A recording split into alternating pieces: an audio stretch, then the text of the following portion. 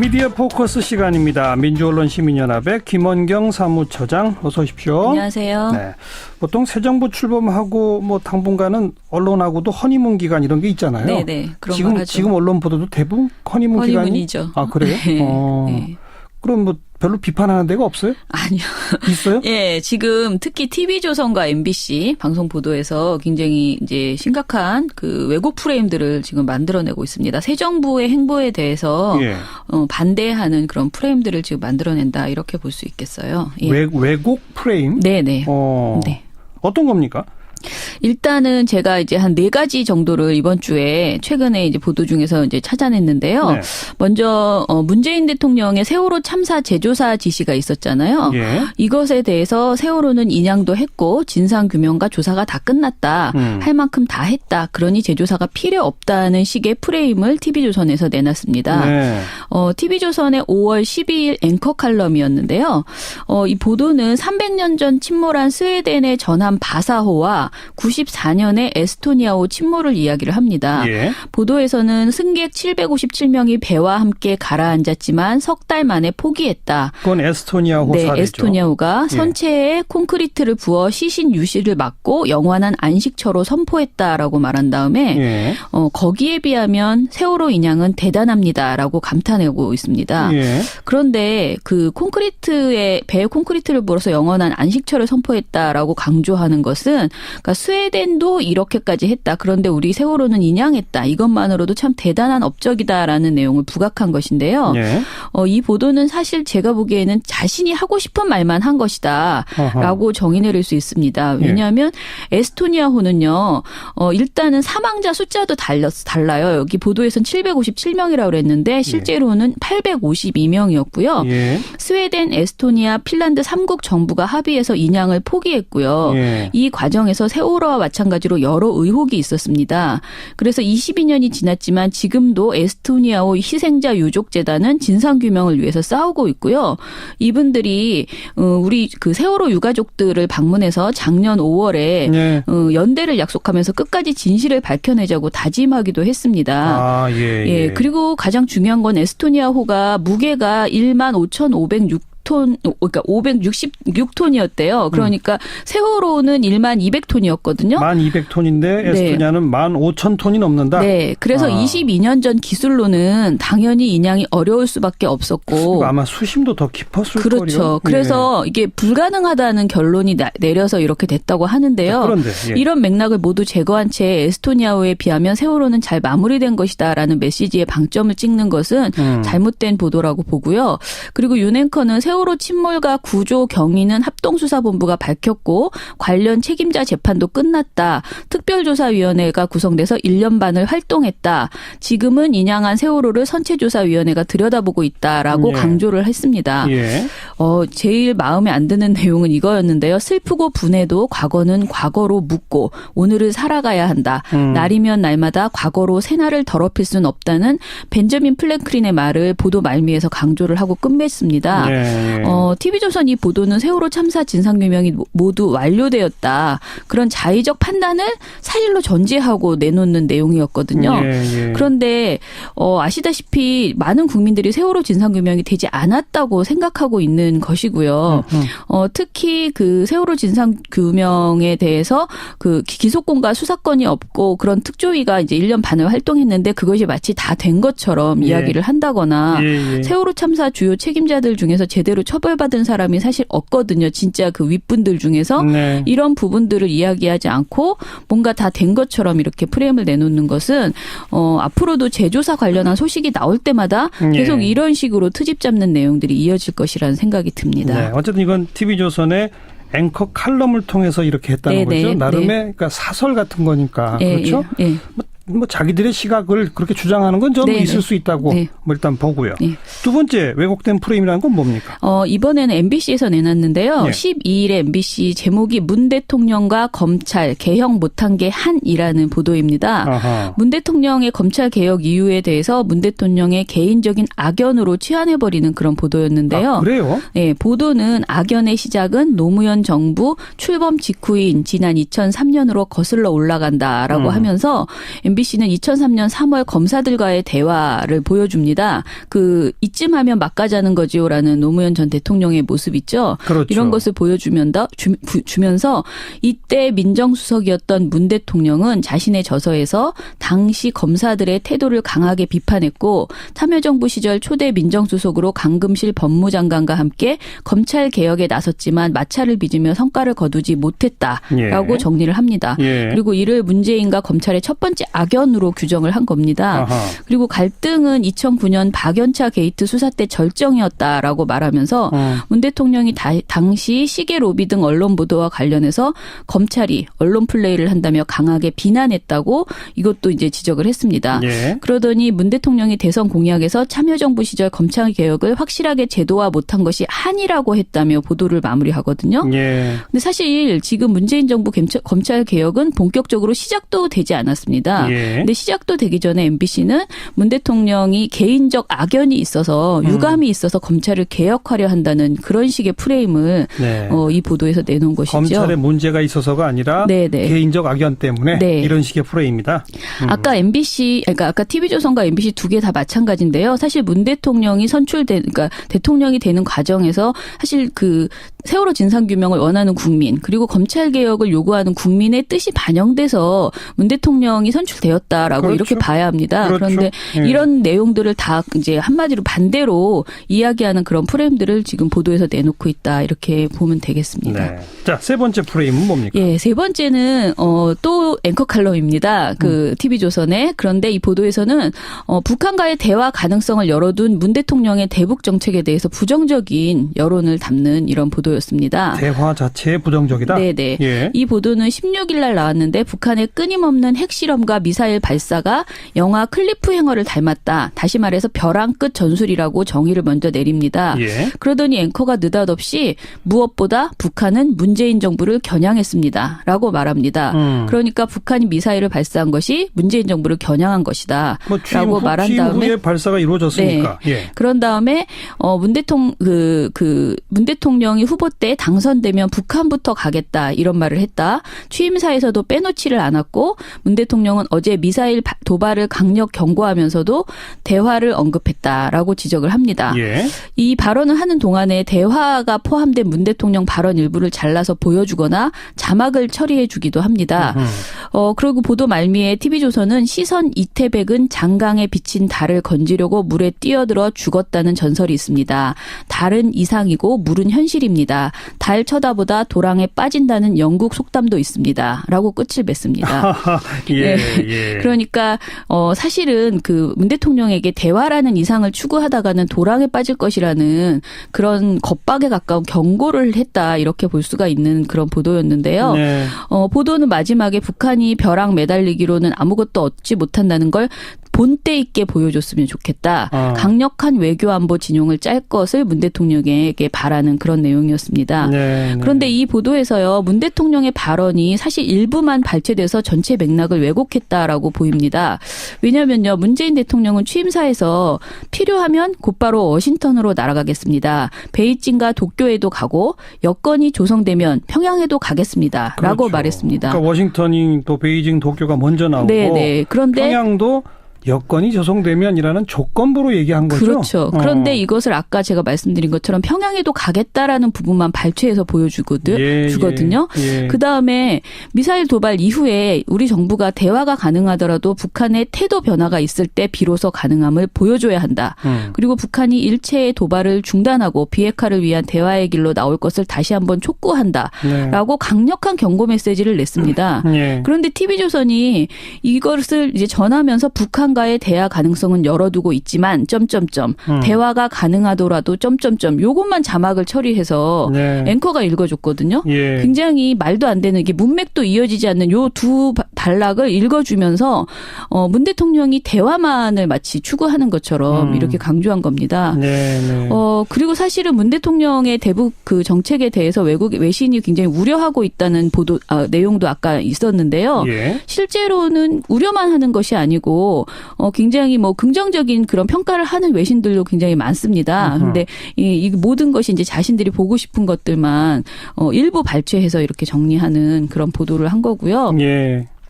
문 대통령뿐 아니라 이번에는 이제 서훈 국정원장 내정자를 언급하면서 문 정부의 대북관을 문제 삼는 보도가 또 있었습니다. 예.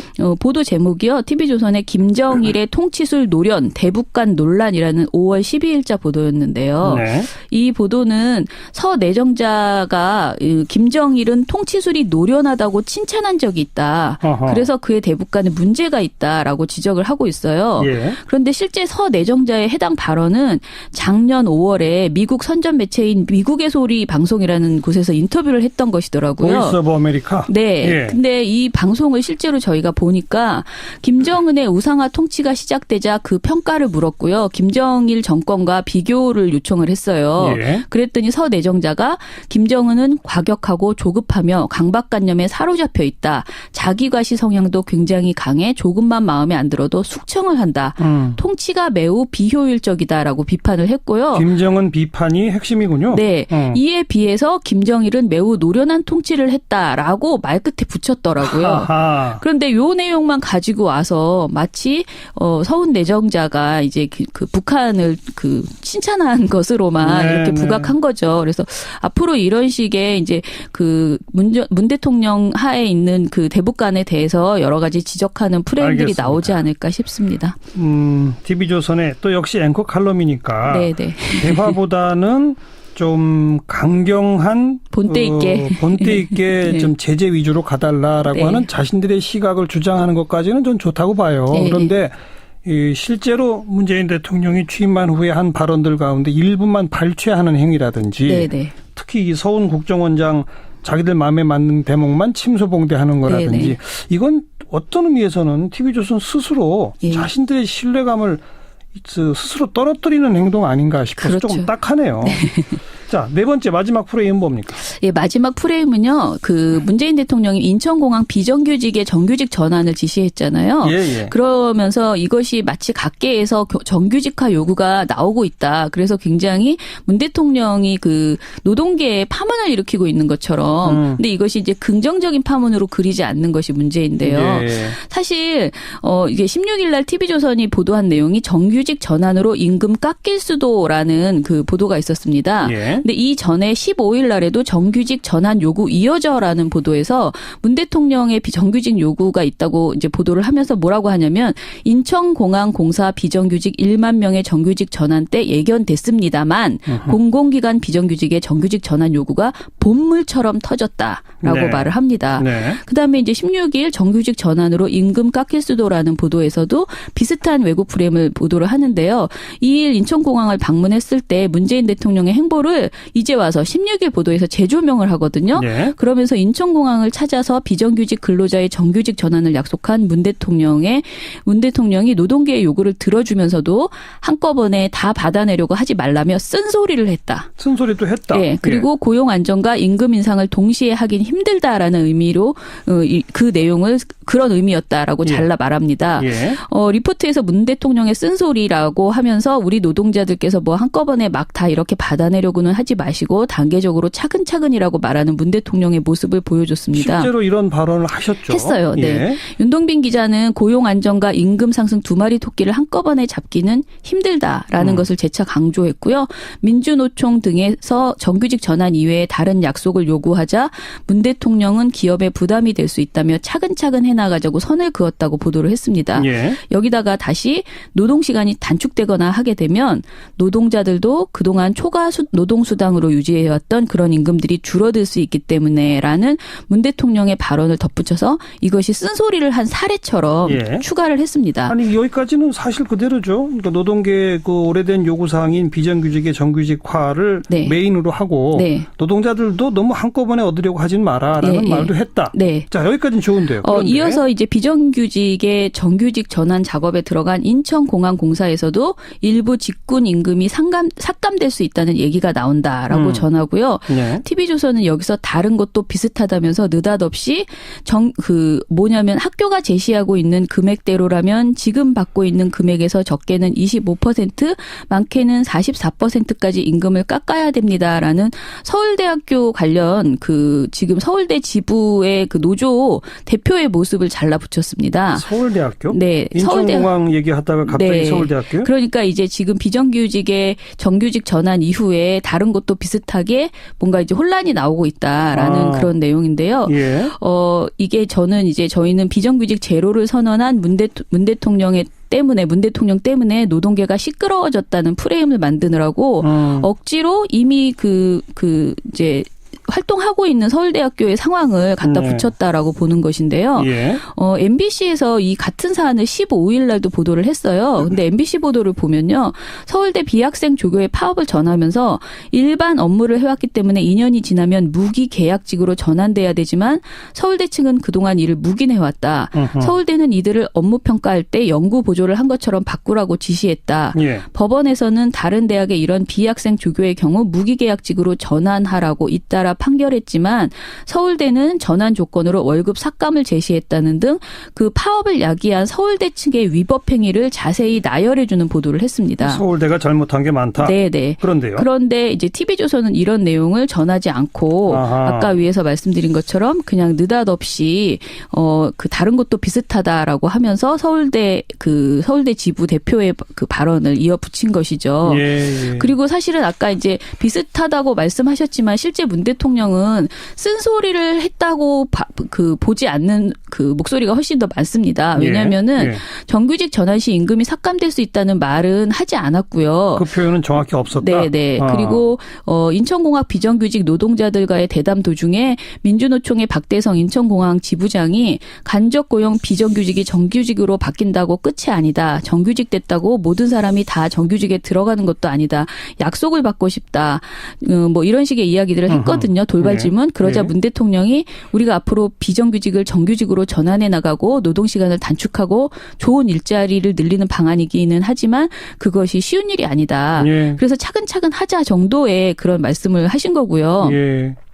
TV조선이 인용한 노동자들도 한꺼번에 다 받아내려 하지 마시고라는 발언은 이런 식의 사회적 대타협이 필요하다는 내용을 다 설명한 이후에 나온 발언이었어요. 예. 즉 문 대통령의 임금 삭감 가능성은 정규직화에서 오는 것이 아니라 노동시간 단축에서 발생할 수 있다고 한 것이고 그 사회적 대타협이 필요한 만큼 차근차근 가자는 취지로 답변한 것인데 마치 뭔가 굉장히 쓴소리를 한 것처럼 그렇게 이제 묘사가 된 것이죠.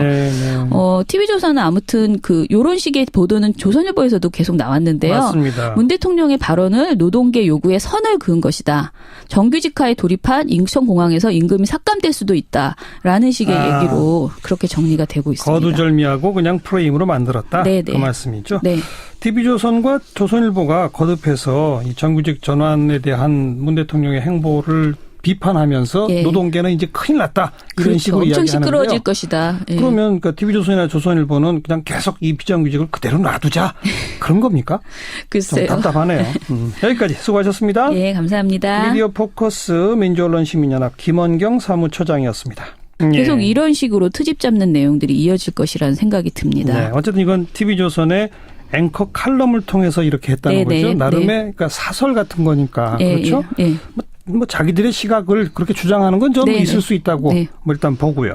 두 번째 왜곡된 프레임이라는 건 뭡니까? 이번에는 MBC에서 내놨는데요. 12일에 MBC 제목이 문 대통령과 검찰 개혁 못한 게 한이라는 보도입니다. 문 대통령의 검찰 개혁 이유에 대해서 문 대통령의 개인적인 악연으로 치환해버리는 그런 보도였는데요. 그래요? 네, 보도는 악연의 시작은 노무현 정부 출범 직후인 지난 2003년으로 거슬러 올라간다라고 하면서 MBC는 2003년 3월 검사들과의 대화를 보여줍니다.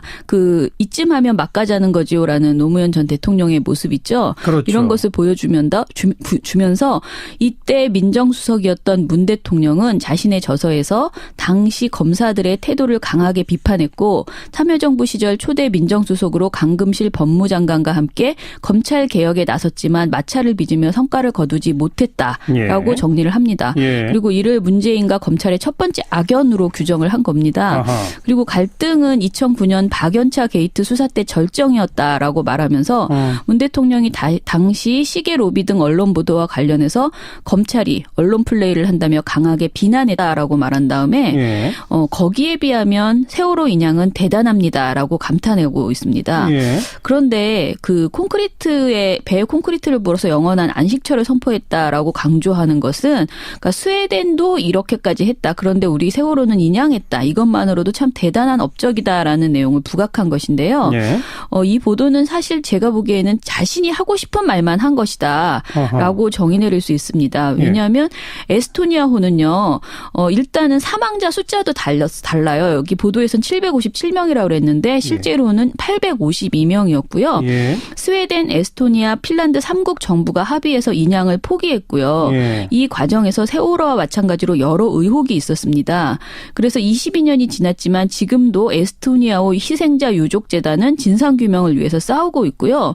이분들이 우리 그 세월호 유가족들을 방문해서 작년 5월에 예. 연대를 약속하면서 끝까지 진실을 밝혀내자고 다짐하기도 했습니다. 아, 예, 예. 그리고 가장 중요한 건 에스토니아호가 무게가 15,506톤, 그러니까 566톤이었대요. 그러니까 세월호는 12,200톤이었거든요. 1200톤인데 에스토니아는 15,000톤이 넘는다. 네. 그래서 22년 전 기술로는 당연히 인양이 어려울 수밖에 없었고. 아마 수심도 더 깊었을 거요. 그렇죠. 그래서 이게 불가다고 이것도 이제 지적을 했습니다. 예. 그러더니 문 대통령이 대선 공약에서 참여정부 시절 검찰 개혁을 확실하게 제도화 못한 것이 한이라고 했다며 보도를 마무리하거든요. 예. 근데 사실 지금 문재인 정부 검찰 개혁은 본격적으로 시작도 되지 않았습니다. 예. 근데 시작도 되기 전에 MBC는 문 대통령이 개인적 악연이 있어서 유감이 있어서 검찰을 개혁하려 한다는 그런 식의 프레임을 네. 이 보도에서 내놓은 것이죠. 검찰에 문제가 있어서가 아니라 네네. 개인적 악연 때문에 네. 이런 식의 프레임이다. 아까 아까 TV조선과 MBC 두 개 다 마찬가지인데요. 사실 문 대통령이 그러니까 대통령이 되는 과정에서 사실 그 세월호 진상규명을 원하는 국민 그리고 검찰 개혁을 요구하는 국민의 뜻이 반영돼서 문 대통령이 선출되었다라고 그렇죠. 이렇게 봐야 합니다. 그렇죠. 그런데 예. 이런 내용들을 다 이제 한마디로 반대로 이야기하는 그런 프레임들을 지금 보도에서 내놓고 있다 이렇게 보면 되겠습니다. 네. 자, 세 번째 프레임은 뭡니까? 예, 세 번째는 또 앵커 칼럼입니다. 그 TV조선에. 그런데 이 보도에서는 북한과의 대화 가능성을 열어둔 문 대통령의 대북 정책에 대해서 부정적인 여론을 담는 이런 보도였습니다. 대화 자체에 부정적이다? 네네. 예. 이 보도는 16일 날 나왔는데 북한의 끊임없는 핵실험과 미사일 발사가 영화 클리프 행어를 닮았다. 다시 말해서 벼랑 끝 전술이라고 정의를 먼저 내립니다. 예. 그러더니 앵커가 느닷없이 가능하다는 결론이 내려서 이렇게 됐다고 하는데요. 자, 그런데 이런 맥락을 모두 제거한 채 에스토니아호에 비하면 세월호는 잘 마무리된 것이다라는 메시지에 방점을 찍는 것은 잘못된 보도라고 보고요. 그리고 윤 앵커는 세월호 침몰과 구조 경위는 합동수사본부가 밝혔고 관련 책임자 재판도 끝났다. 특별조사위원회가 구성돼서 1년 반을 활동했다. 지금은 인양한 세월호를 선체조사위원회가 들여다보고 있다라고 예. 강조를 했습니다. 예. 제일 마음에 안 드는 내용은 이거였는데요. 슬프고 분해도 과거는 과거로 묻고 오늘을 살아가야 한다. 날이면 날마다 과거로 새날을 더럽힐 수는 없다는 벤저민 플랭클린의 말을 보도 말미에서 강조를 하고 끝맺습니다. 예. TV조선 이 보도는 세월호 참사 진상규명이 모두 완료되었다. 그런 자의적 판단을 사실로 전제하고 내놓는 내용이었거든요. 예. 그런데 아시다시피 많은 국민들이 세월호 진상규명이 되지 않았다고 생각하고 있는 것이고요. 특히 그 세월호 진상규명에 대해서 그 기소권과 수사권이 없고 그런 특조위가 이제 1년 반을 활동했는데 그것이 마치 다 된 것처럼 이야기를 한다거나 세월호 참사 주요 책임자들 중에서 제대로 처벌받은 사람이 사실 없거든요. 진짜 그 윗분들 중에서 네. 이런 부분들을 이야기하지 않고 뭔가 다 된 것처럼 이렇게 프레임을 내놓는 것은 앞으로도 재조사 관련한 소식이 나올 때마다 미디어 포커스 시간입니다. 민주언론시민연합의 김원경 사무처장 어서 오십시오. 안녕하세요. 네. 보통 새 정부 출범하고 뭐 당분간은 언론하고도 허니문 기간 이런 게 있잖아요. 네네. 그런 걸 하죠. 지금 언론 보도도 대부분 허니문 기간이. 허니문이죠. 아, 그래요? 네. 네. 그럼 뭐 별로 비판하는 데가 없어요? 아니요. 있어요? 예, 지금 특히 TV조선과 MBC 방송 보도에서 굉장히 이제 심각한 그 왜곡 프레임들을 지금 만들어내고 있습니다. 새 정부의 행보에 대해서 예. 반대하는 그런 프레임들을 지금 만들어낸다 이렇게 볼 수 있겠어요. 예. 왜곡 프레임? 네네. 네. 어떤 겁니까? 일단은 제가 이제 한 4가지 정도를 이번 주에 최근에 이제 보도 중에서 이제 찾아냈는데요. 네. 먼저 문재인 대통령의 세월호 참사 재조사 지시가 있었잖아요. 예. 이것에 대해서 세월호는 인양도 했고 진상 규명과 조사가 다 끝났다. 할 만큼 다 했다. 그러니 재조사가 필요 없다는 식의 프레임을 TV조선에서 내놨습니다. 네. TV조선의 5월 12일 앵커 칼럼이었는데요. 이 보도는 300년 전 침몰한 스웨덴의 전함 바사호와 94년에 에스토니아호 침몰을 이야기를 합니다. 예. 보도에서는 승객 757명이 배와 함께 가라앉았지만 석 달 만에 포기했다. 그건 에스토니아호 네, 사례죠. 에스토니아호가 선체에 콘크리트를 부어 시신 유실을 막고 영원한 안식처로 선포했다.